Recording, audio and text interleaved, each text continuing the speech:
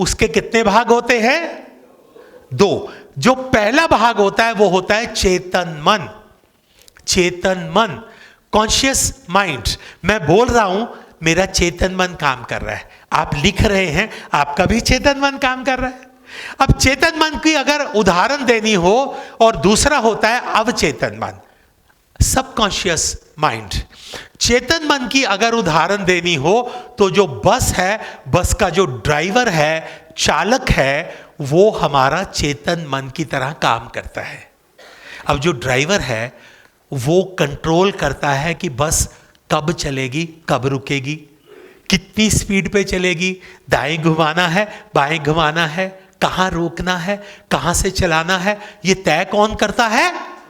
Driver. तो हमारा जो चेतन मन है वो ड्राइवर है। लेकिन इसके साथ एक और बात समझनी पड़ेगी। वो क्या?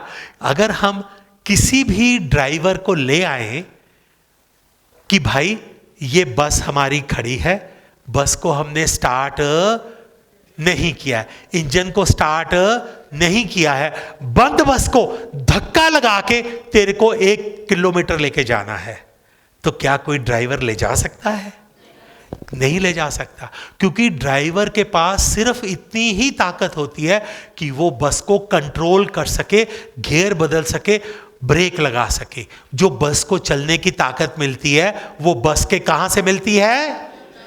कहां से मिलती है? तो जो हमारा अवचेतन मन है वो हमारा इंजन है।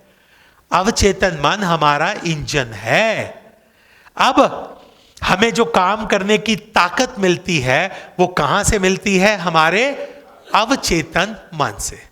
अब जो समझने की बात है वो क्या है? अगर आप अवचेतन मन से ताकत लेना चाहते हैं तो ऐसा नहीं होगा कि आप अपने अवचेतन मन को कहें भैया थोड़ी ताकत देना, वो कहेगा ले ले ले ले बेटा जा। ऐसे नहीं होगा। अगर आप अपने अवचेतन मन से ताकत लेना चाहते हैं तो आपको अपने अवचेतन मन को अपने बिजनेस की क्या डालनी पड़ेगी? क्या डालनी पड़ेगी?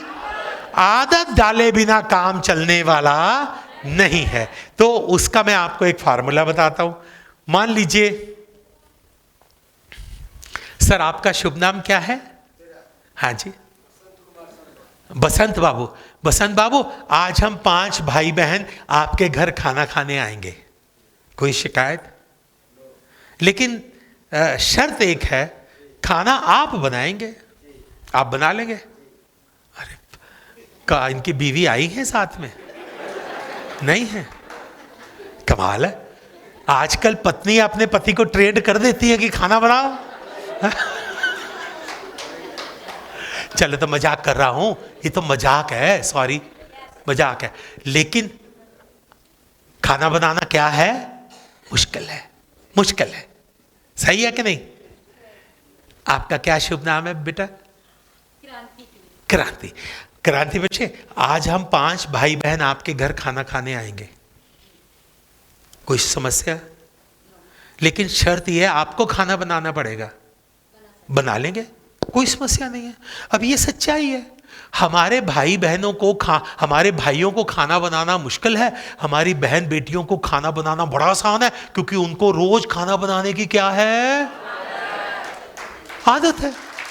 जो काम आप रोज करते रहते हैं, रोज करते रहते हैं, आपको उसकी क्या पड़ जाती है? आदत। यही आपको अपने अवचेतन मन को करना पड़ेगा। आपको अपने लक्ष्य की आदत डालनी पड़ेगी अपने अवचेतन मन को। मैंने फार्मूला तो आपको पहले बता दिया कि आप अपना लक्ष्य तय करें और तस्वीरों को 8 से 10 बार रोज देखें। कितने दिन देखना है? 21 दिन लगातार देखना है। तो जब आप 21 दिन लगातार अपने लक्ष्य को देखेंगे, 8 से 10 बार रोज देखेंगे, तो 22वें दिन आपके अवचेतन मन को आपके लक्ष्य की क्या पड़ जाएगी? क्या पड़ जाएगी?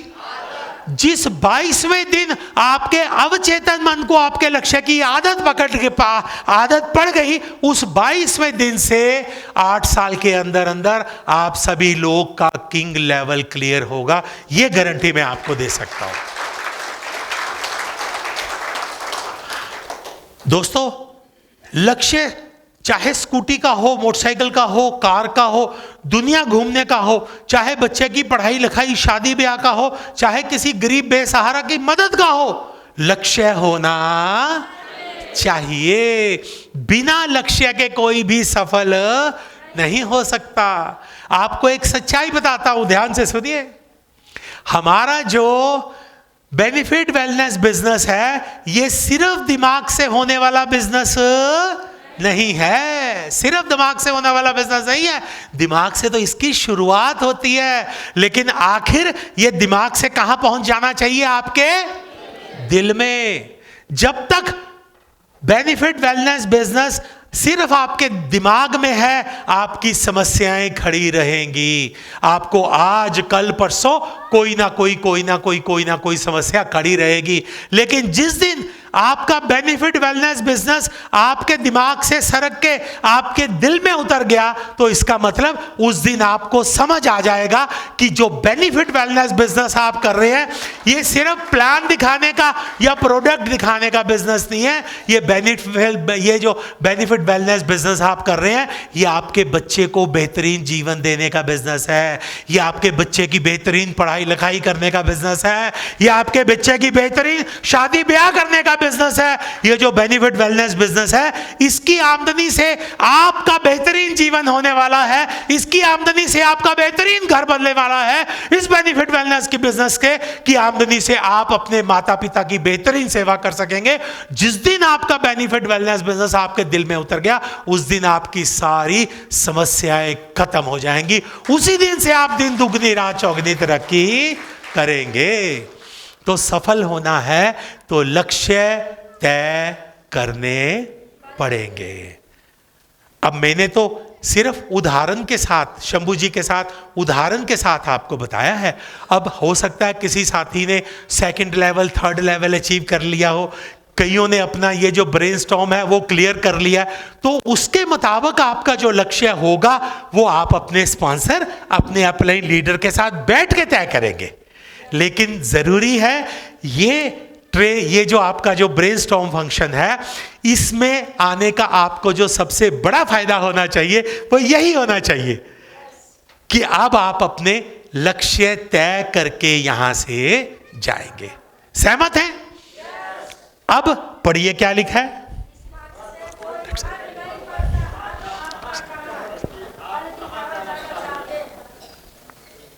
एक बार फिर पढ़ दीजिए प्लीज।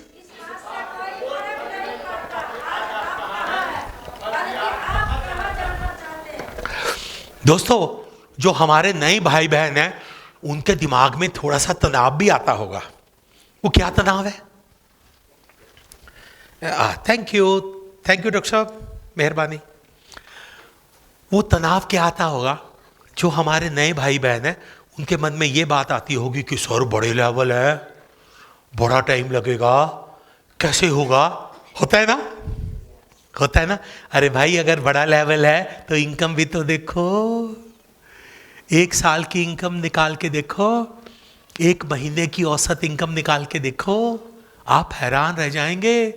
जो लोग बड़े बड़े इंडस्ट्रियलिस्ट हैं, बड़े बड़े इंडस्ट्रियलिस्ट, वो भी इतना पैसा नहीं कमा सकते हैं जितना आप कमा सकते हैं। बिना पैसे लगाए, बिना फैक्ट्री लगाए, बिना दफ्तर खोले, इतना पैसा आप कमा सकते हैं। लेकिन चलो वो बात की बात है।